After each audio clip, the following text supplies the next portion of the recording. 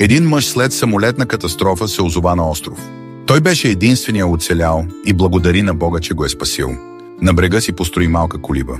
Един ден отиде да лови риба, а когато се върна, видя, че колибата гори. Той заплака и извика: „Господи, защо ми причини това? Всеки ден ти се моля.“ Оплакваше се с часове. Изведнъж една ръка докосна рамото му. „Радваме се, че те намерихме.“ С изненада той се обърна и видя моряк от спасителен екип. „Хайде, идваме да те спасим. Видяхме дима.“ Това беше сигнал.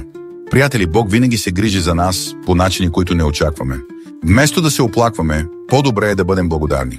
Както е писано: „Господ ще пази излизането ти и влизането ти от сега и до века.“ Псалм 108.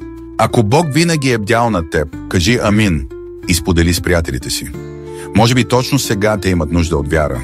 Ако вярваш, че Бог винаги е бдял над теб, отговори с амин и сподели с приятелите си. Може би точно сега те имат нужда от вяра.